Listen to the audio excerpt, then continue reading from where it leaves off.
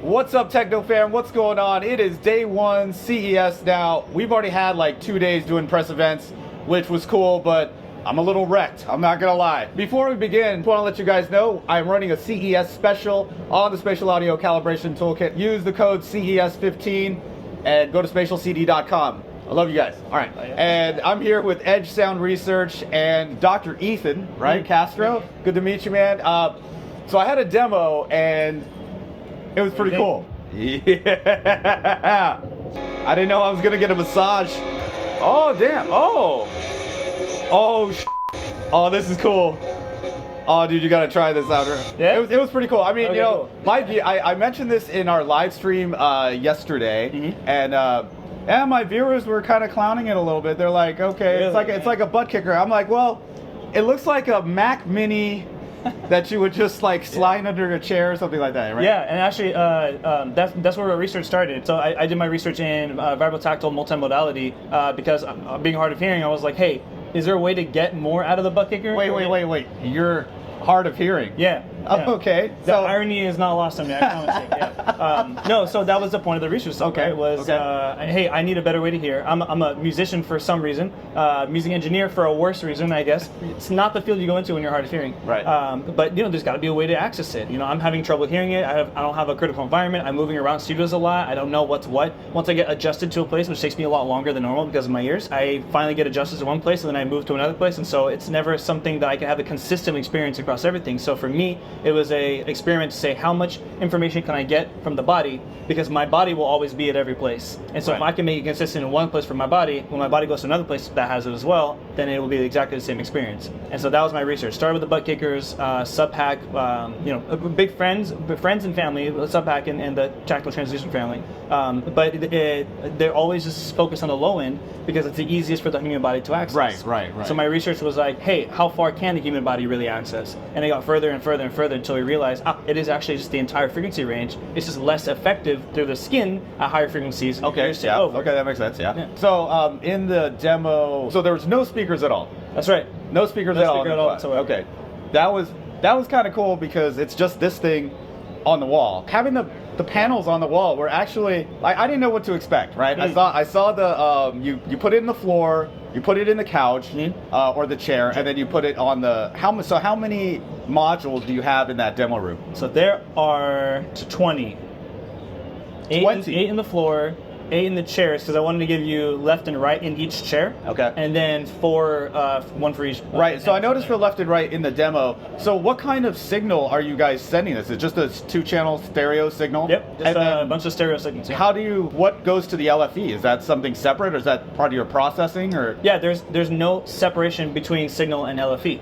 LFE is just what we call the collection of frequencies that are at the lower range. Yeah. So if frequencies are so frequencies, the lowest and the highest should be. So this is not a subwoofer per se. That's right, not a subwoofer. Not a subwoofer. So it's just a full range transducer. Is that what you would call it? That's right, and there's no single transducer that does a full range transducer, which is really frustrating because realistically, I wrote a piece and I was like, hey, I need full frequency stuff from this, and I started looking at the transducer friends of ours. I was like, hey, do you guys make something that like reliably does a little more in the upper range? And they're like, yeah, it does. I'm like, but it definitely tapers off. But yeah, it's supposed to be just for LFE.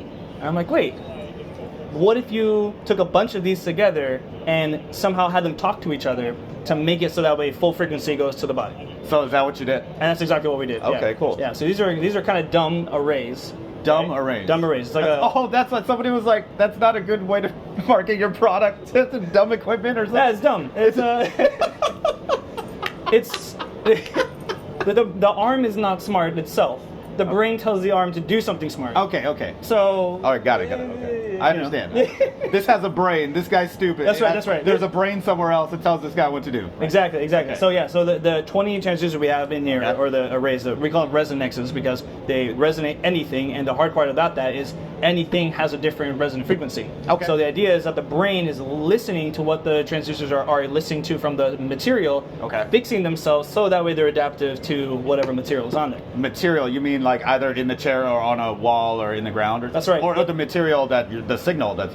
No, so both. Yeah. Both? So if the Okay. signal is sending something to the chairs are fiberglass. Fiberglass has different resonant frequency than the floors, which are wood. It's a really beautiful pancake experiment that our product designer Vincent Zhang is running, where it's 2 pieces of plywood sandwiched between foam to be able to have different frequencies resonate through it. Different materials, we can manipulate different materials to get different frequency responses, but it could be ordinary wood as well. And we have a lot of data that gives frequency responses of different types of wood. So wood has a natural frequency response, fiberglass does, and so does metal. And so if we know all these things, we know how to be able to adjust the devices themselves to respond differently because they're on those different materials. Yeah, the rabbit hole went really deep. I could imagine. I didn't come out for a while. I'm a little pasty for how long we've been down. You lost even more hearing. Is that what happened? I lost the idea of what hearing means. Yeah, right.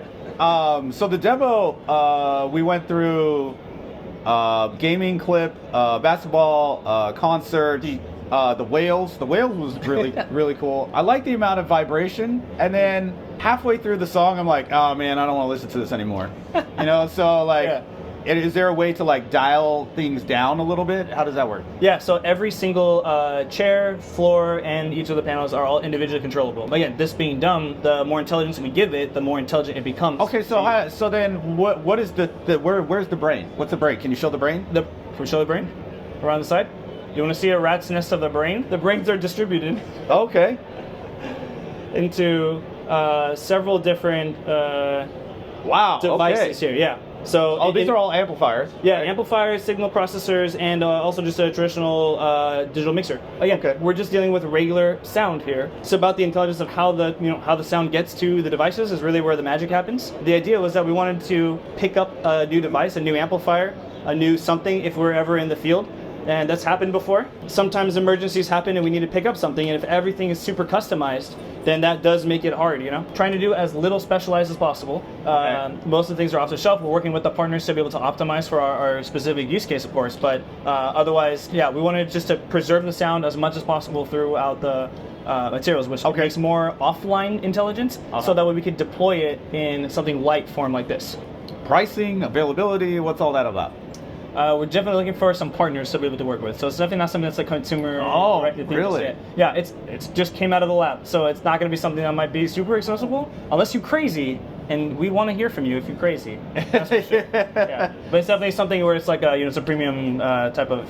Gotcha. And you would clearly have to make a space for it, right? Yeah, I mean, it can also go down something like these cushions here. So these are cushions that are kind of like our mobile setup here that we can always throw onto any couch. So they're small cushions. Yeah, this small dev kit that we call it, that's for our partners or people who are creatives who want to be able to say, hey, if this is going to be in venues that we're going deploying at, how can I make my content ready for this and other types of technology that are going to be similar to this? The dev kit we have is a $2,000 dev kit. It gets you 2 of these cushions. They're handmade, custom made, really nice. Yeah. And also it gets 1 of these units as well as a little tiny processor that you can take home with you.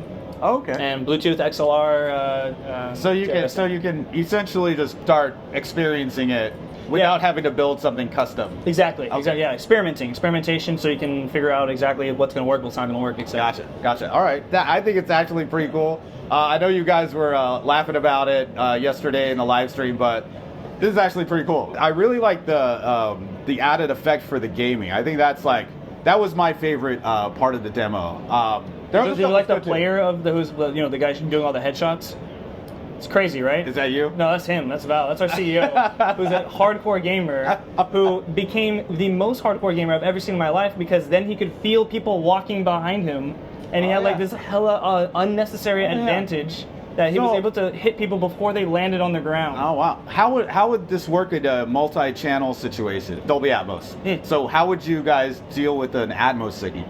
Atmos would look at this. It depends on how you have it configured. If you have these just to the left and right of you, if you got a dev kit and you're sitting on the couch and you got dev kit one on each side, regular stereo downmix. Okay. So it would be able to Okay, plug just in, a- plug and play. Okay, got Yeah. it. Stereo down. Okay. If you wanted to if you wanted a specific like left or right, or make a specific haptic channel, or a tactile channel, or embodied sound channel, then that would be something you could just assign those. But if you're going that far, you probably have the capability to assign different channels in your digital audio workstation or something. Yeah. For the creator side. Very cool. Very cool. All right. Well, Ethan, Cool, man. thank you so much. Great to meet you, man. Good to meet you as well. Glad you enjoyed it. And yeah, surprisingly, it was actually really cool. It's definitely something that's hard to explain until you experience it. So, if there's questions, love to take them. It can't be worse than my defense. I mean, It's pretty hardcore. I'm sure they're gonna comment and stuff. You guys can definitely comment Hit back. us And up. you guys are Hit in us up. Riverside, so just out of LA. Yeah. maybe we can do something. Come by and see where this came from, and there's a lot of other cool things around there too. Yeah, It'd be cool to have you. Yeah, we'll check that out. All right, guys, I got more CES 2024 coming at you. We'll see you in the next one. Peace.